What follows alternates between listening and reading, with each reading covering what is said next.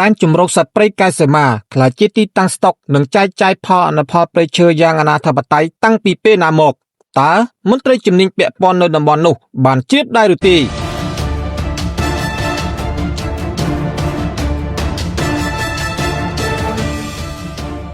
ខេត្តមណ្ឌលគិរីប្រិយមិត្តជាទីរាប់អានដែនជំរកសត្វព្រៃកែវសីមាជាដែនដីដ៏សុខដុមរមនាសម្រាប់មនុស្សនិងសត្វព្រៃដែលមានទំហំផ្ទៃដី 317,456 ហិកតាយោងតាមអនុក្រឹត្យតំបន់ការពារធម្មជាតិឆ្នាំ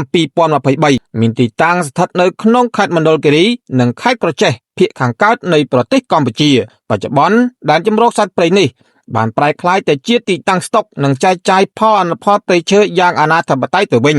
ដែលពុំមានការទប់ស្កាត់និងបង្ក្រាបពីមន្ត្រីជំនាញពាក់ព័ន្ធដែលបានដាក់ស្នាក់ការចាំយាមនៅតំបន់នោះឡើយ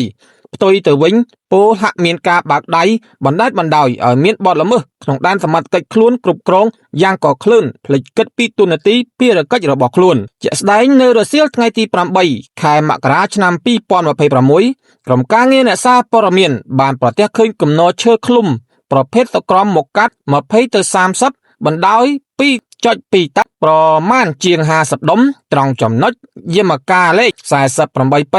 65 36 29 1389 និង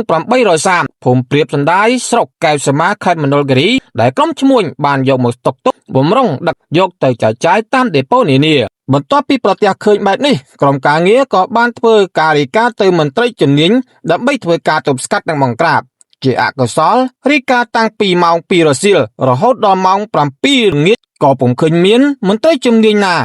អើតមុខចុះមកដល់ទីតាំងខាងលើនេះឡើយទង្វើនេះអាចសបញ្ជាក់បានថាសមត្ថកិច្ចមន្ត្រីជំនាញដែលមានតួនាទីភារកិច្ចក្នុងកិច្ចការពារធនធានធម្មជាតិគ្មានឆន្ទៈក្នុងការទប់ស្កាត់និងបង្ក្រាបបទល្មើសក្នុងសមត្ថកិច្ចខ្លួនគ្រប់គ្រងនោះឡើយពលហាក់មានការបាក់ដាច់ទាំងស្រុងនិងមានការគប់គិតផ្សំគំនិតគ្នាដើម្បីបំផ្លិចបំផ្លាញធនធានធម្មជាតិឯងក្រោមអធិបុលទាវាប្រាក់បាំងមុខគូបញ្ជាក់ផងដែរថាចំណុចទីតាំងខាងលើនេះជាចង្រុកសម្បុកស្តុកនិងចែកចាយបទល្មើសធនធានធម្មជាតិយ៉ាងអនាធិបតេយ្យជាទីបំផុតមានដូចជាឡដុតធ្យូងគំនរឈើសក្រមក្តារឡាក់គូរំលឹកផងដែរថាកាលពីថ្ងៃទី 5 ខែមករាឆ្នាំ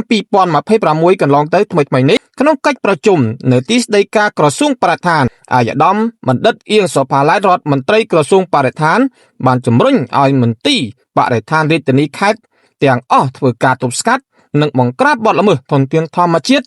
និងព្រៃឈើក្នុងភូមិសាស្ត្ររបស់ខ្លួនជាពិសេសមិនអនុញ្ញាតឲ្យមានការប្រើប្រាស់ផលអនុផលព្រៃឈើកាប់ចេញពីតំបន់ការពារធម្មជាតិចូលរោងសិប្បកម្មរោងស្តុកនិងឡដុតធ្យូងខុសច្បាប់ជាកំហិតទោះជាយ៉ាងណាប្រជាសហគមន៍ដែលស្រឡាញ់ធនធានធម្មជាតិទូទាំងប្រទេស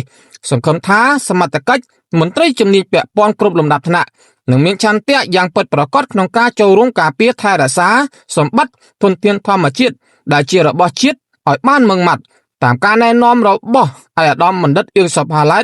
ដ្ឋមន្ត្រីក្រសួងបរិស្ថានឲ្យបានហ្មត់ចត់និងយកចិត្តទុកដាក់ជាទីបំផុតសូមអរគុណ